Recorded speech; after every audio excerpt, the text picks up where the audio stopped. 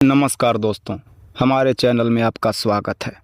अगर आप हमारे चैनल पर नए हैं तो कृपया इसे लाइक, शेयर और सब्सक्राइब करना न भूलें, ताकि आप और आपके परिवार को आत्मा, मृत्यु और धार्मिक ग्रंथों से जुड़ी नई जानकारियां मिलती रहे। आज हम एक अत्यंत गहन और रहस्यमय विषय पर बात करेंगे, मृत्यु के बाद आत्मा का सफ़र और इससे जुड़े यमलोक, बैतरणी नदी और गरुड़ पुराण के रहस्य।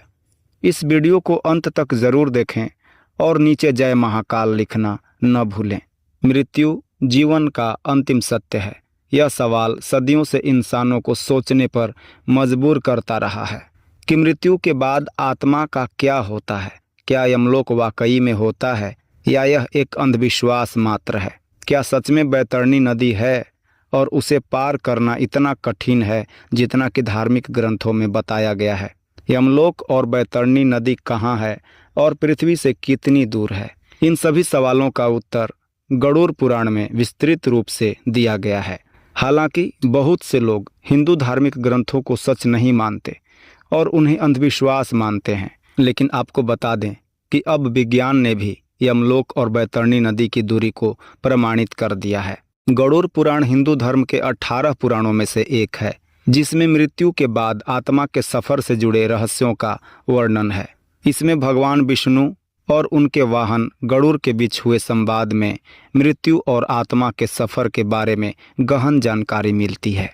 भगवान विष्णु ने कहा है कि जिन लोगों ने अपने जीवन में पाप किए हैं वे नरक में कष्ट भोगते हैं, जबकि जो पुण्य करते हैं वे स्वर्ग की सुख सुविधाओं का आनंद लेते हैं। जब मृत्यु का समय आता है तो व्यक्ति को खांसी और सांस लेने में कठिनाई होने लगती है। जब प्राण शरीर से निकलने लगते हैं तो आंखें पलट जाती है और गले से आवाज़ आने लगती है। अंत में आत्मा शरीर के 9 द्वारों में से किसी एक से बाहर निकलती है। ये 9 द्वार होते हैं: 2 आँखें, 2 नासिकाएं, 2 कान, 1 गुप्तांग, 1 मलाशय और 1 मुख। मृत्यु के बाद आत्मा सबसे पहले कुछ समय तक बेहोशी की स्थिति में रहती है, फिर धीरे धीरे उसे होश आता है, लेकिन तब भी वह यह नहीं समझ पाती कि वह अब शरीर से अलग हो गई है। जब आत्मा को यह एहसास होता है कि वह अब शरीर से अलग हो चुकी है तो वह अपने परिवार वालों से संपर्क करने की कोशिश करती है, लेकिन उसकी आवाज़ को कोई सुन नहीं सकता, क्योंकि अब वह आत्मा भौतिक दुनिया का हिस्सा नहीं रही। इस बिंदु पर यमदूत आत्मा को यमलोक ले जाने के लिए आते हैं। वहां आत्मा के जीवन के कर्मों का लेखा जोखा किया जाता है। उसके बाद यमदूत आत्मा को फिर से मृत शरीर के पास ले जाते हैं, जहां वह अगले 13 दिनों तक अपने परिवार के साथ रहती है। उसके बाद यमदूत आत्मा को फिर से मृत शरीर के पास ले जाते हैं, जहां वह अगले 13 दिनों तक अपने परिवार के साथ रहती है और भूख प्यास का अनुभव करती है। इस समय आत्मा के पुत्र द्वारा दिया गया पिंडदान और जीवन में किए गए दान का प्रभाव आत्मा पर होता है। गरुड़ पुराण के अनुसार पृथ्वी से यमलोक की दूरी 86,000 योजन है, जहां 1 योजन लगभग 13 किलोमीटर के बराबर होता है। इस हिसाब से यमलोक पृथ्वी से 11,18,000 किलोमीटर दूर है। इस सफ़र के बीच बैतरणी नदी आती है, जिसकी चौड़ाई 100 योजन यानी 1300 किलोमीटर होती है। यमलोक की यात्रा आत्मा के लिए बेहद कठिन और कष्टकारी होती है। पापी आत्माओं को 16 भयानक गांवों से होकर गुजरना पड़ता है, जहां उन्हें तरह तरह के कष्ट झेलने पड़ते हैं। यह गांव गरुड़ पुराण में विस्तार से वर्णित है और इनका नाम है सौम्या, अप्पू, सौरीपाल, शापार, सीता, यापुर, नागेंद्र भवन, बहुभीति आदि। इस रास्ते से आत्मा को सूर्य और चांद की रोशनी भी नहीं मिलती, केवल घना अंधेरा होता है।